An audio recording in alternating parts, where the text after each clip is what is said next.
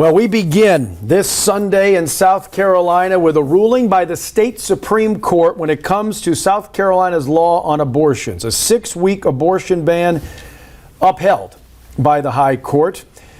Planned Parenthood had asked for a legal definition of what constitutes a heartbeat in a fetus, when it begins, and what does it legally mean in this law. There was some murky language in it. It would appear the court cleared that up. That is our starting point this week here as we get you connected to the Capitol on this Sunday morning. This has been a battle that's been brewing for a couple years now, the fight over abortion access here in the state of South Carolina. A number of laws have been passed that address this. And to break all this down, this hot topic this week, of course, Catherine Glenn Foster and Dave Wilson. This ruling was expected at some point. We got it just a few days ago. Not necessarily surprised that it was upheld, but this battle has been going on. This started in 2023, and there were a couple different policies passed. We now have our legal definition of what a heartbeat is. We do.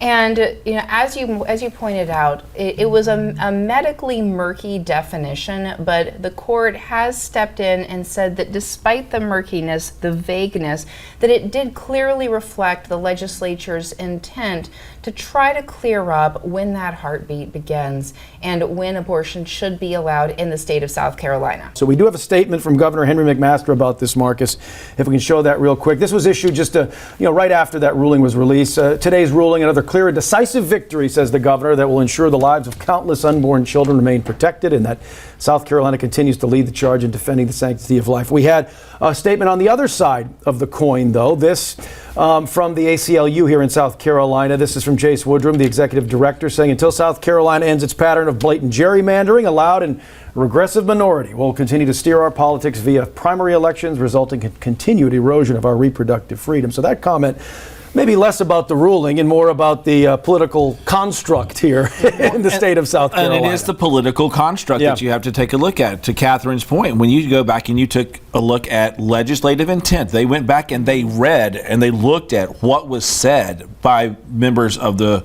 pro and con on this issue. And even the opposition to the bill tried to pass an amendment talking about, well, we need to be able to provide child support if a child's at 6 weeks. Well, if you say 6 weeks, 6 weeks is 6 weeks. And the High Court in South Carolina said, okay, this now makes, if you take a look at a map of the country right now, you can begin to see right now exactly how those break themselves out. South Carolina is now very distinctly in that, what we call that blue area right there. Those blue states have some form of pro-life legislation, some limit on abortion. And the dark blue, total bans. Total bans in the dark blue. There are 6 states that have abortion bans between 6 and 15 weeks. In our neighbors to the north and the south, Georgia has a 6-week ban that went in 2019. Florida has a 6-week ban, went in 2024. North Carolina is the most liberal of the southern states. It's got a 12-week ban,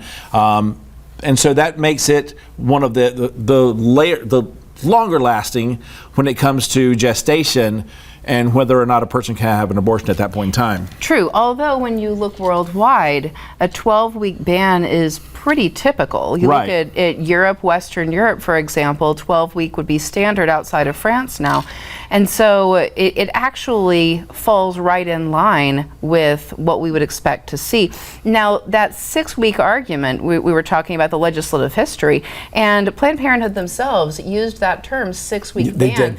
300 times in filings. Yes, they did. So they were the ones who, in many cases, were bringing up this 6-week concept. Right, and they were looking to push it up to 9. Right, is what they were trying to do. And they were playing around with some of the language that's in there. And you're the legal expert.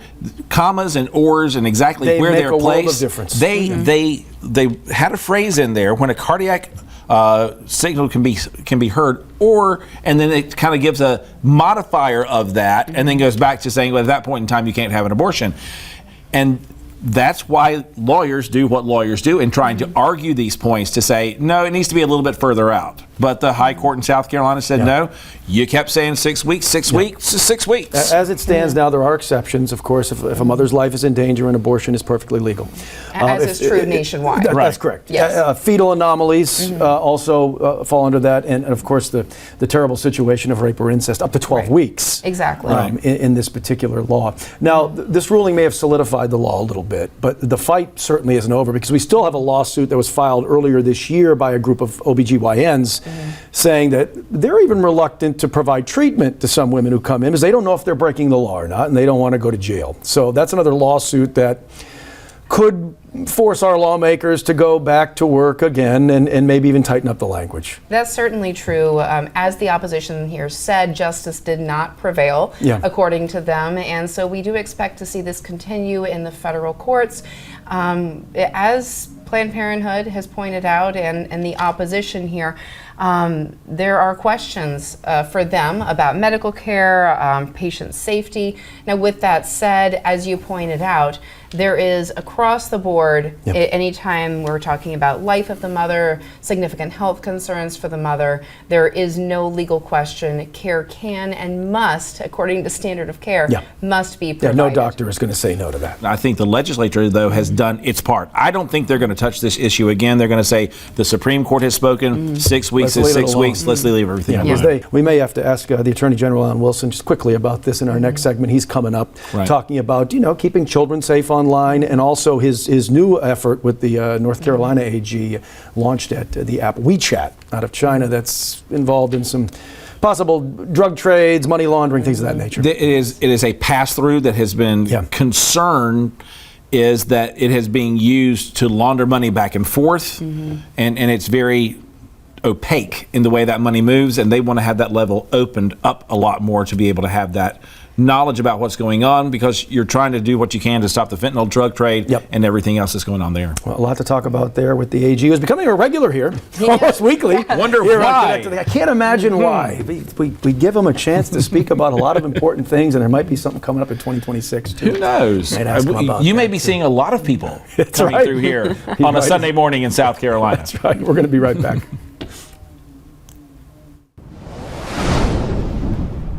People like the folks at WeChat are using the internet to evolve how they launder money, to evolve how they evade detection by law enforcement, to evolve how they promote this type of illicit activity.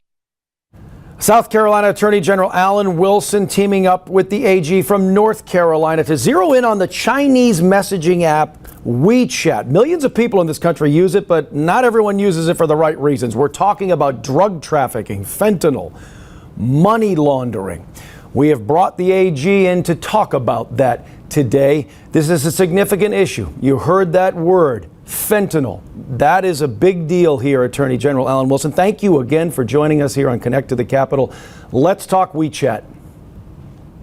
Well, first off, thank you for having me back. WeChat, as you said, is a Chinese platform that basically takes all the functions of Instagram, Signal, and other social media platforms like Venmo, where you can transfer, not just do peer-to-peer communication, but you can transfer funds. It's being used by Chinese money launderers and Mexican drug cartels to wash money, to basically, launder money with illicit drug activity coming into the United States. And we know that it's happening at a high degree. And so I have partnered with the North Carolina Attorney General Jeff Jackson. We have sent a letter, a bipartisan letter, with a number of Republican and Democrat attorneys general from around the country to WeChat, basically asking them, what do you know and when did you know as it relates to this illicit activity being conducted on WeChat? We have done a great job in the last several months. The president has, and his administration rather, of shutting down the southern border. But that is a physical border. We have to also acknowledge that there are digital borders that need to be shut down. And social media and peer-to-peer apps like WeChat are being used to conduct the same type of illicit activity that feeds violent crimes and drug trafficking, and we need to shut it down as well. And that is why I'm working on this issue. Your office, you yourself, and even lawmakers at our State House have really zeroed in on technology.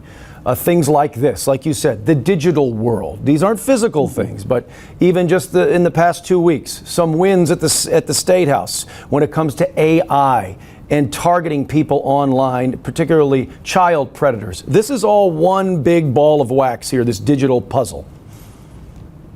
Absolutely, and I'm so grateful to the legislature, and I'm looking forward to the governor signing a number of these bills that will be incredible resources and tools for law enforcement and prosecutors around the state.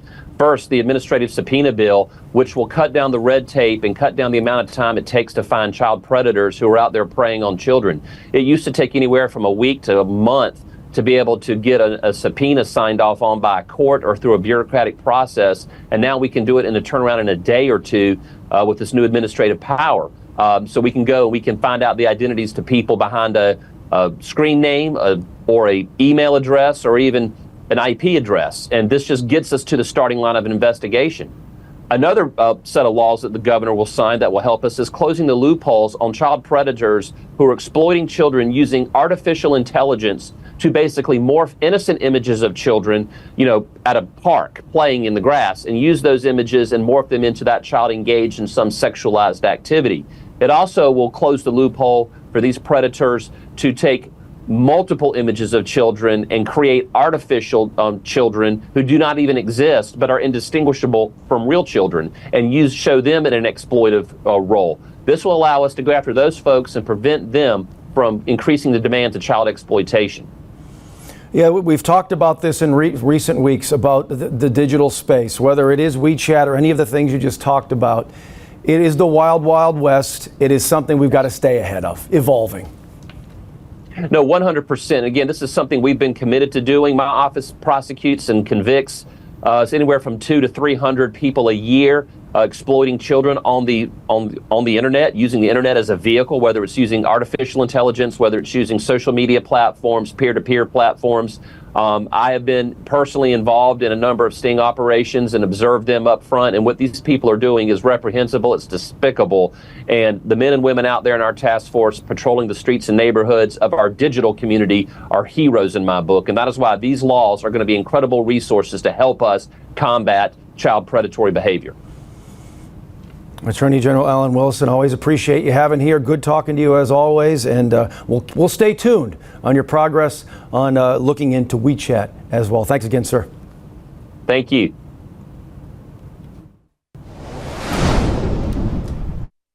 This has been a long, grueling 20-year process for the victims, family members, and no victim deserves to have the closure of their interaction with the criminal justice system overshadowed or undermined by errors of the state as it pertains to the criminal justice system. Mistakes were made, is what Democratic State Rep Justin Bamberg saying this past week. He and Republican Rep Neil Collins calling for an investigation into the execution of that man, convicted cop killer Mikal Mahdi. That was last month. Now they're asking for a temporary suspension of firing squad execution, which was the method used there, until an independent, and that's a key word, independent investigation into what has been called a botched execution can be completed. We've talked about this execution last week when these calls for a potential investigation first surfaced, and then this past week Collins and Bamberg stepping up to the plate, sending a 7-page letter to the governor, to the Department of Corrections, to Senate and House leaders, everyone they can think of, and say we got to get this right. One key point in Bamberg's video you saw that we didn't show, this was about a 40-minute video he posted on social media, said, hey, I'm not in no way endorsing what Mikal Mahdi did, but if we're going to execute people in this state, we have to do it by whatever our protocols are. That's exactly right. So this execution, Mahdi's execution, has reignited debate over the capital punishment and its methods in South Carolina. The humanity and the reliability of these methods, because Mahdi, as you said, he chose the firing squad, believing it to be at least the most humane, the fastest form of execution. But this initial autopsy report, it shows that apparently only 2 of the bullets may have struck him, and witnesses, including yourself, me, yeah, I was there for it. Yeah, have reported that that this process of death, which was supposed to take only about 15 seconds, the bullets are supposed to explode when they hit something like a rib cage, that it may have taken up to a minute. I would say that's fair, based on what I saw that day last month. I didn't see the previous firing squad execution, which by all accounts was very fast. Yes. But this one did. I would say maybe up to a minute. There were still signs of Mikal Mahdi breathing, making noise. And reacting in a way. And then it was over at about a minute in, or a little less. And so now you're looking at a bipartisan. This is not just both sides. It's both sides of the aisle. You've got Justin Bamberger, who you just heard from. You've got Representative Neil Collins out of Pickens County, who are saying something has to be done. Now, keep in mind, there are 3 types of executions that we allow for in South Carolina. There is the electric chair, which we've had around for decades. There's lethal injection, which was put on hold. Which is now getting questioned quite a bit, too. It is. Yes. It was put on hold for 13 years because we didn't have a shield law to protect the companies that were providing the drugs, so as to protect them. And now the third one, which was actually instituted just 3 or 4 years ago, ironically from former state senator, former prosecutor in the Columbia area, Dick Harpootlian. It was almost a joke when he put it up. And so now you've got the firing squad. Brad Sigmund was the first to get executed by firing squad a few weeks ago, and then Mahdi, of course, right after that. And Sigmund was like, when asked, he was like, "Why are you choosing firing squad?" He said, "Because it's fast. It's fast." And I know. And do you know what's going to happen? And Marion Bowman had been the one before that. Yeah. Marion Bowman was a very large man. And not in a fat way. He was just big guy. And the question was, were there enough drugs? Is it done in such a way? And so you've got to have, by state law, at least 2 forms of execution that make it unavailable. And so if you take that out, then you're stuck with the electric chair and lethal injection. Exactly. And that's questionable. Which both also have questions associated with them. Now, the Department of Corrections says it was done correctly. They released information to us last week. The governor this week, when he was questioned about it, said, "Hey, we did what we were asked to do. It was carried out properly." So I don't know if he'll make some determination and call for an investigation, if the pressure will continue to mount, because then another wild card got thrown into the mix. David Pasco, we have a statement from him. He was the solicitor who prosecuted the Mahdi case, pushed for the death penalty, and he now is calling for the governor to release everything when it comes to this full autopsy report. And this is what he said just the other day.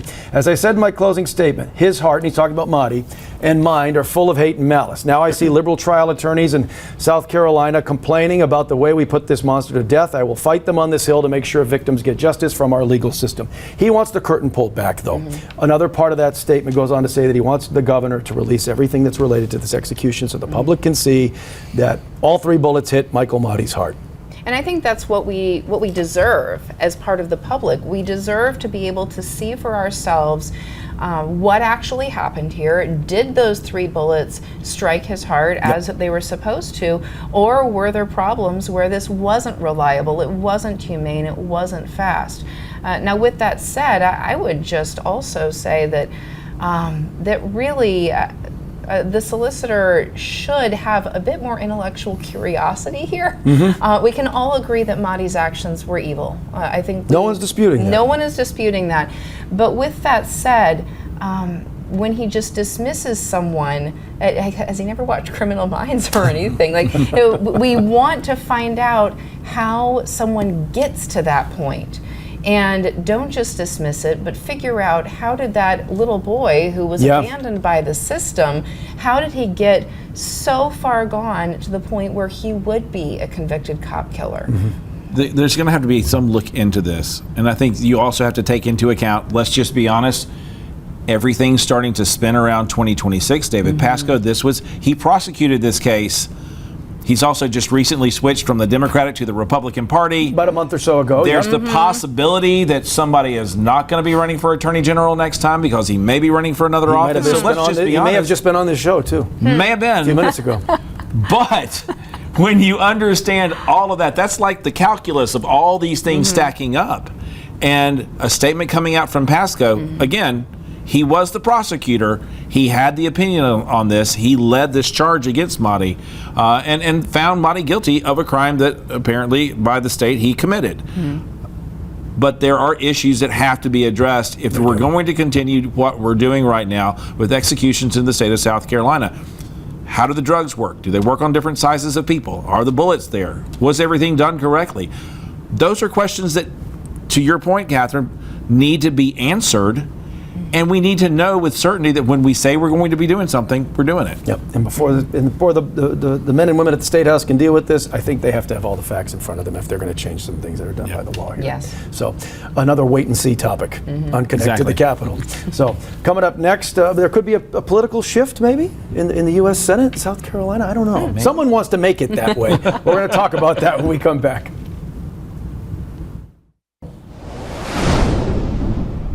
Well, if you don't know that man right there, you're about to. His name's Lee Johnson. He's an upstate engineer. He's a Democrat, and he's challenging that man. You know him. South Carolina Senior Senator Lindsey Graham, the Republican. He wants to take down Graham in 2026. Says he's going to retire him, in fact. Said it's time, Really? Dave Wilson. He says it is time. Well, So we're gonna see how that We don't goes. have a history of sitting senators down very well in this state. Let's talk about Strom Thurmond. Let's talk about Fritz Hollings. The only way that Jim DeMint left was the fact that he retired. Yeah. Lindsey Graham has been there, and if you haven't gotten it in the mail yet, you probably will in the coming week, that every dollar counts because Lindsey Graham is the chairman of the Senate Budget Committee, and Donald Trump's on the other side walking down the stairs of Air Force One. Don't know if it's the Saudi Air Force One or the real one. Yeah, that's true. Well, We not don't yet. know. That one We hasn't don't know. been But- cleared and vetted yet. Not vetted So, yet, but with a Trump endorsement in South Carolina, It's all over for Lee, I think. you've got a 55-45 split Republican-Democrat, and the way the numbers break themselves down, at least you've got somebody who's trying to make a credible run instead of folks that they've good tried for to him. get past. Yeah, Good you for respect him. the effort. You know, he's billing himself as a builder, someone who apparently drove construction equipment Yeah. before he, could even walk practically. Yeah. And so I appreciate the effort. I like his story. Yes. I like his yes. story, and good for him for stepping up and probably putting up a good amount of his own money on that campaign as well. So we'll see where it ends, but I think we might know, just based on history. Also, speaking of other Democratic politics, Tim Walz, the former VP candidate, he's coming to South Carolina, set to visit the state Democratic Party convention later this month. He's got a busy day that day. In fact, he goes to California right after he comes to us. So what say you about that? I think you're looking right now at the fact that Democrats, and we've heard this inside conversations you have around the State House and you have among other folks, Democrats are recognizing right now they're in a slump. I mean, this is kind of like the mid-season slump if you're in the baseball. And what you're seeing right now is they're trying to figure out how to bring some level of energy into the Democratic Party. Keep in mind, it was 1990, and the numbers between House and Senate Republicans and Democrats are almost exactly the opposite of where they are now. The Democrats were in charge. The Republicans had small minorities. Carol Campbell started this Republican revolution in 1990. By 1996, the House and Senate both were dead even Republican and Democrat. You had never seen that before in this state. But over the last 25, 30 years, that has eventually started to flip itself back over, and the Republicans are now super majority, even beyond what you saw in 1990 with the Democrats. That's right. And so for Democrats, it's about regaining that toehold and being able to re-energize the base, which isn't that far below. No. But, we just, it'll be Needs interesting to a see. shot of adrenaline. Quick hitters before we get out of here. We talked about hands-free, the law here, no phone in your hand, no phone Not in your lap, use a Bluetooth. That's been signed into law. It takes effect September 1st. Safe driving, no brainer. We shouldn't need a law, but keep in mind, September 1st you could get I ticketed. just want Siri to work. That's right. then. Budget You numbers can't- no, you this can't. week, too. Budget. That's the last thing we got to hit The quickly. BEA numbers. The state has the ability to start looking at the forecasters are forecasting where the dollars are going to be in the revenues that are coming into South Carolina. That number is going to be coming out on the 20th. That's This week. what the budget writers have had to they're waiting for to finish writing the budget, which will House come and later Senate come this back month. May 28th. 28th. Yes. So To be back able to work finalize the budget for a few days at least. but for a few hours, For a probably. few hours. Yeah, they're going to get out of there as quick as they're they not can. going to stick around for Yes, long. they are. We got to get out of here too. We always love when you spend your Sunday in South Carolina here as we get you connected to the Capitol. We'll see you again next week. Have a great Sunday.